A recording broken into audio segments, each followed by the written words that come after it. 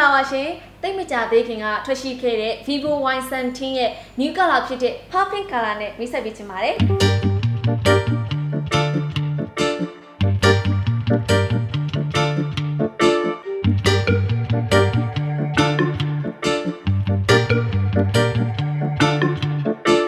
Vivo Y17 ကိုစပြီးတော့မိတ်ဆက်ခဲ့တဲ့အချိန်တုန်းက Mystic Purple နဲ့ Mineral Blue အရောင်နှစ်ရောင်နဲ့ထွက်ခဲ့တာဖြစ်ပြီးတော့အခုနနားလက်ထဲမှာရှိနေတဲ့ pink color ကတော့အခုမှအသစ်ထွက်လာတဲ့အရောင်ဖြစ်ပါတယ်ဒီရောင်လေးကတော့နားတို့ main ကလေးအများစုကြည့်လောက်တဲ့အရောင်ဖြစ်ပါတယ်သူ့ရဲ့အရောင်က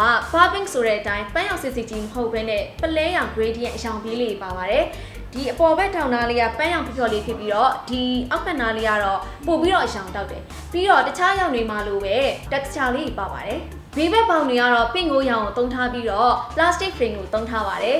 သူ့ရဲ့ design တွေကတော့ထူးထူးခြားခြားဘာမှပြောစရာမရှိဘူးအောက်ဘက်မှာတော့ micro USB port 3.5mm audio port နဲ့ speaker ပါပါတယ် budget အနေထားဖြစ်တဲ့အတွက် build quality ကတော့အသင့်တင်ပဲရှိပါတယ် display ကအပေါ်ဘက်ထိပ်မှာ notch သေးသေးလေးပါတဲ့ Hello Full View 6.35 inches display ကိုသုံးထားပြီးတော့ display resolution က 720x1544 HD+ ပဲရှိပါတယ်အခုချိန်မှာတော့ HD resolution ဖုန်းတွေတော့တော်တော်နေသွားပြီဒါပေမဲ့ iPhone 10မှာတော့ HD+ display ကိုပဲသုံးထားဆိုတော့အရင်ကြီးအခြေအနေမဆိုးလို့တော့ပြောလို့ရတယ်ဒီဖုန်းရဲ့ display ရောင်ကဆူဆူပြပြရှိရယ် display ကို Full HD resolution လောက်သုံးပေးထားမယ်ဆိုလို့ရှိရင်တော့ပိုကောင်းမယ်လို့တော့ထင်ပါတယ်ဆိုတော့ကင်မရာဘိုင်းကိုကြည့်အောင်ကင်မရာဘိုင်းမှာလည်း upgrade ဖြစ်တယ်လို့ပြောရတယ်ဒီအနောက်ဘက်မှာ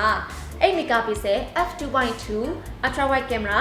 30 megapixel f2.2 main camera နဲ့ဒီအောက်ဘက်မှာကတော့2 megapixel f2.4 depth sensor camera ဆိုပြီးတော့ triple camera ပါပါတယ် main ကလေးတွေကြ selfie camera ကလည်း30 megapixel f2.0 camera ကိုသုံးထားပါတယ်30 megapixel main camera ရဲ့ image quality ကတော်တော်လေးကိုအဆင်ပြေပါတယ်8 megapixel ultra wide camera ကတော့ပုံထွက်တန်မှန်လောက်ပဲရှိပြီးတော့တချို့အခြေအနေတွေမှာ over saturated ဖြစ်တတ်တာတွေတွေ့ရပါတယ် depth sensor camera ပါတဲ့အတွက် portrait photo တွေရိုက်လို့ရပါတယ် performance ဘိုင်းမှာတော့ MediaTek Helio P35 processor နဲ့ RAM 4GB ကိုသုံးထားပါတယ် Facebook သုံးတာပုံမှန် application အနေနဲ့ light gaming အတွက်ကအဆင်ပြေတယ်ဆိုပေမဲ့ကိုက PUBG လိုမျိုး game အစော့များတယ်ဆိုလို့ရှိရင်တော့ performance ကသိပ်အားရမှာမဟုတ်ပါဘူးနားမြင်ကတော့ design ဘိုင်းနဲ့ကင်မရာဘိုင်းကိုအဓိကရွေးချယ်တဲ့ main ကလေး user တွေအတွက်ကတော့ပို့ပြီးတော့အဆင်ပြေမယ်လို့ထင်ပါတယ်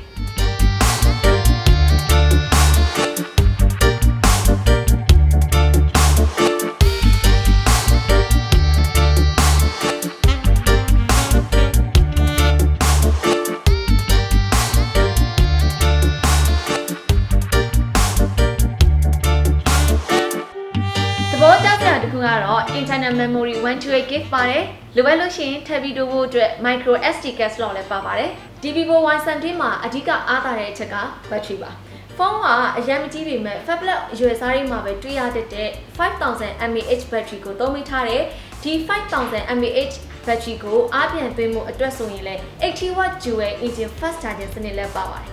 နားတော့စမ်းသပ်ကြည့်ရတဲ့လောက်ကတော့0 to 16% ကိုတစ်နာရီလောက်အားသွင်းရုံနဲ့ normal usage တွေအတွက်2ရက်နီးပါးအထိအဆင်ပြေသုံးလို့ရတာကိုတွေ့ရပါတယ်။ software ဘိုင်းမှာ Android ဘိုင်းမှာခြေခံထားတဲ့ Paing Htet OS 9 ကိုသုံးထားပါတယ်။ Paing Htet OS 9 ရဲ့ user interface ကအသုံးပြုရတာရိုးရှင်းပြီးတော့ဆွဲဆောင်မှုလည်းရှိတယ်။ security ဘိုင်းအတွက် fingerprint reader နဲ့ face unlock feature တွေပါတယ်။ fingerprint reader က unlock လုပ်တာတော်တော်မြန်ပါတယ်။ in-display fingerprint reader တွေပိုပြီးအဆင့်မြင့်လာတယ်ဆိုပေမဲ့ unlock speed မှာတော့ traditional fingerprint reader တွေကိုမမီသေးဘူးလို့ပြောချင်ပါတယ်။ Face unlock အတွက် front selfie camera ကိုပဲသုံးထားပေမဲ့သုံးရတာတော်တော်လေးကိုအဆင်ပြေတယ်။ကိုကမျက်လုံးလေးမိတ်ထားလို့ရှိရင် unlock မလုပ်သေးဘဲနဲ့ဖုန်းကိုကြည့်လိုက်တော့မှ unlock လုပ်တာမျိုးက security ဘိုင်းအတွက်ပိုကောင်းတယ်လို့မြင်မိပါတယ်။ပြီးတော့နနာအနေနဲ့ Vivo Y17 ကိုဘယ်လိုမြင်လဲဆိုတော့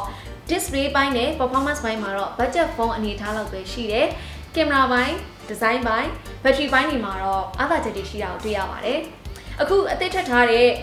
pink color ကြောင့်အမျိုးသမီးလေးတွေ main ကလေးတွေအကြိုက်တွေ့စင်မဲ့ဖုန်းတစ်လုံးလို့လည်းမြင်မိပါတယ်ဈေးနှုန်းကတော့3သိန်းခွဲဝန်းကျင်ရှိပါတယ်ကဲဒီတော့နောက်ထပ် review မှာပြန်လည်ပြီးတော့ဆုံနေကြရအောင်နော်